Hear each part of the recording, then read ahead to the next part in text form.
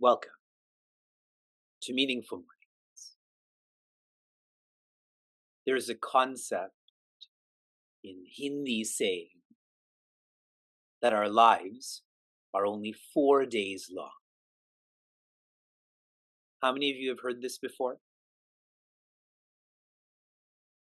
In these 4 days, 2 days, they get passed, they get wasted in wanting. Wanting this, wanting that. 2 days. The next 2 days, they're passed, they're wasted in waiting for what we wanted. So 2 in wanting, 2 in waiting. And what happens on the 5th day? We die. On the 5th day, we go back to the one who gave birth to us. The implication of this, what a useless 4 days in wanting and waiting. We all may be thinking, but life is 4 years or 40 years. But in the big picture, it's like 4 days. Life flows fast. And so it is critical that we use our days, our mornings, in a meaningful way. What this saying does not emphasize is after you die, you're born again. For more wanting and waiting, there has to be learning to break out of this cycle. Next month, our younger son Shuka is turning 5. And so on Sunday, May 26th, in the morning, we are organizing his Akshara Abhyasa Samskara. This is a tradition where he learns how to write Om so that he's clear, it's imprinted in him that as he goes to grade 1 and beyond, the purpose, the trajectory of education is Om. I'm sharing the day and time, and this will be in Niagara Falls at Chinmayadhara, because you're all invited to join us. You should have already received that email. If you haven't and you want to join us, you can write to our team and they'll share those details. Now, I'm not sharing this because I want to talk about my family. The point I'm trying to make is the word samskara means well done. Well done. Shri Krishna is guiding us through the 18th chapter for all we do to be well done. Starting with the right actions, more precisely, right attitudes, more precisely, right atmas, who you think you are, from body to spirit. Shri Krishna just completed thoughts, teachings on why do you wake up? Why do you live? He uses the term jnana. Those whose jnana is lazy, they divide others. They engage in societal harm. In Ontario, that is the province I live in, soon, very soon, they're going to declare intimate partner violence as an endemic. It is a chronic problem in our province. That is an expression of tamasic jnana. Dividing oneself, feeling that one's in power only. Better than this is rajasic jnana. The reason one lives is aggressiveness. I was sharing in our dialogue with Dharma Clone. Did I say endemic? I mean epidemic. Sorry. In our dialogue with Dharma class, I was sharing how people who are filled with aggressiveness, they don't like to be around those who are filled with quietness. They're intimidated by them because they realize, me living for family and community, I pride myself in that, it's actually not so great compared to those who are living for society, humanity. So if you find that you have this emotion of intimidation, which makes you avoid being around those who are great, that's a sign of aggressiveness. And those who are living filled with quietness, they don't divide others, they don't divide oneself, they unite oneself and others. This uniting is very beautiful. And I'm reading to you a quote from Pujaswami Chinmayananda that was shared with you. When a human has realized the purpose of their life, then such a great soul must set the example in the world. And they too will not subsist on the joys of the objective world, not worry about the fruits of their actions, for they have tapped the very source of all happiness. To unite, first you live by this, and then you systemize others living by this too. Now in the last verse, that is verse 23, Shri Krishna has shifted from jnana to karma. From why act to zooming into the result that pulls action. The first word, niyatam, means regular responsibilities. No complaining, no blaming, no annotating. When one engages in their regular responsibilities, the self-reward that they experience is shuddha. They become purer. Purer means they feel their sense of I is more authentic and deep. It can't be the body. It can't be the mind. It can't be the ego.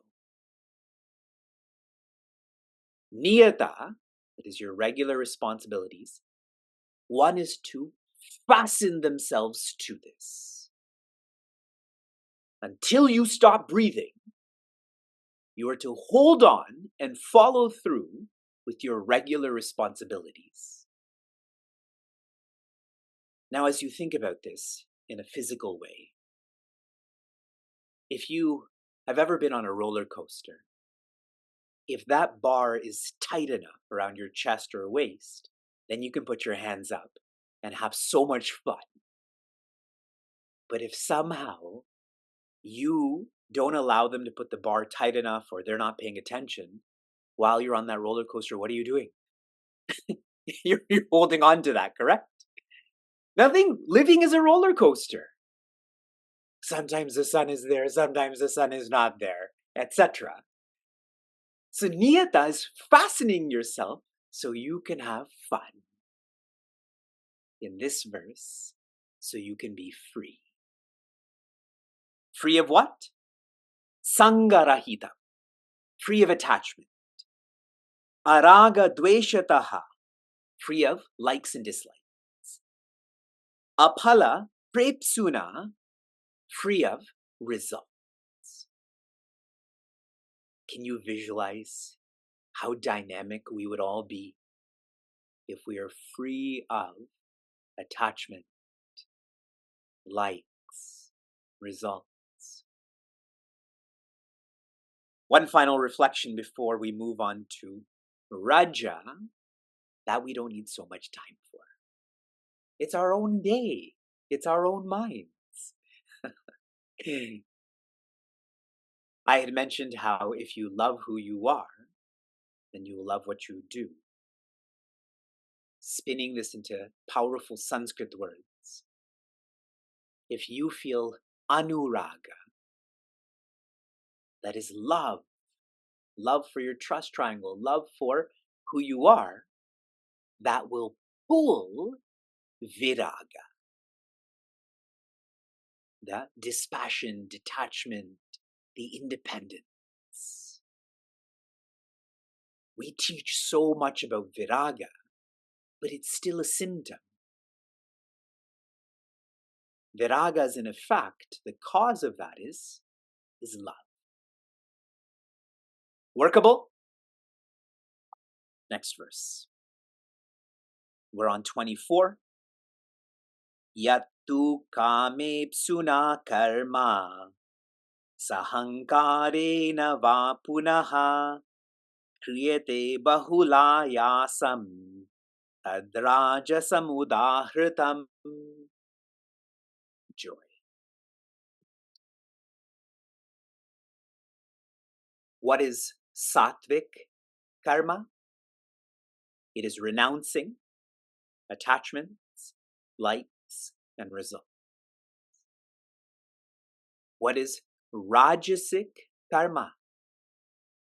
One is filled with aggressiveness, and so the result they see, what does it look like? Tu, that is in contrast. Yat, those who live by, this describes them. Kama ipsuna karma. They engage in actions, ipsuna, longing for kama, what they desire. They are not renouncing, they are holding on to desire. Sa ahankarena va punaha. And again, they act, the result for which they act is coming from ahankara. Egoism, ego, that is they're holding on to doership. Desires, doership. Third quarter, and this is the one I really feel that we can relate to, and by relating to it, we can admit that maybe we're living like this. Kriyate, as they're doing, bahula, there's a lot of ayasa. Ayasa means tiredness, exhaustion. It's 7:59 a.m. Some of us already feel like that. So, turning this into a D also, distress. They wake up distressed about how much work they have to do. Those who are filled with aggressiveness, they're living for the future, that which is out of control, and that's why there's so much desire, doership, and distress. This third quarter, once again, how many of you can relate to this by a show of hands? Us thinking about work tires us out more than actually working. And this is why a guide is needed, sharing this in a most practical way, how not to be like this. A guide is needed to slow down our inner world enough so that we can see the sleight of hand, the Maya that is playing out when one feels they're in control There is so much doership, desire, distress. But if you slow down, understand your inner world, which helps you understand the outer world, you come to see you are not in control. And not being in control, there is much more humility, surrender. There is acceptance. And so that tiredness, that exhaustion is not there. Does that make sense to all? Without a guide, we are in this rat race.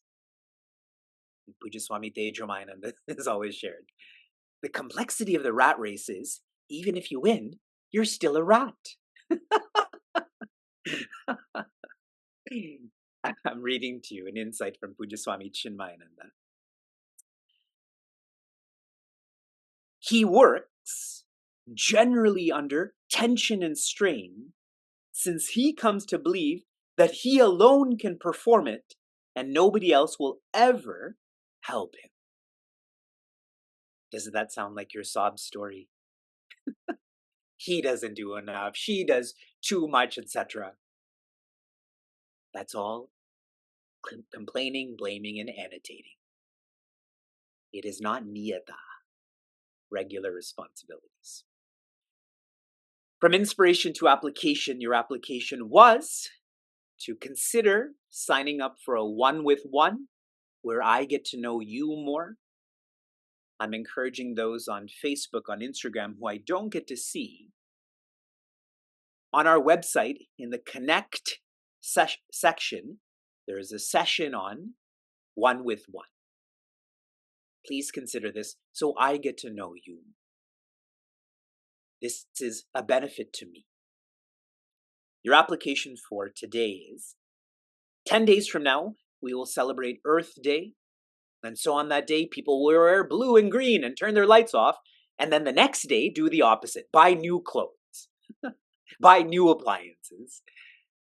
So I'm encouraging everyone this weekend, Friday, Saturday, Sunday, individually, as a family, as a community, everyone, go and plant 10 plants. Do it in your house. Do it outside of your house. Knock on someone's door and randomly do it in their house. Do it outside of their house. Just do it.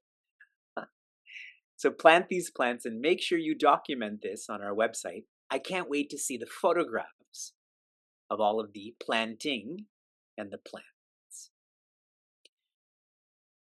Shanti, Shanti, Shanti, be joy.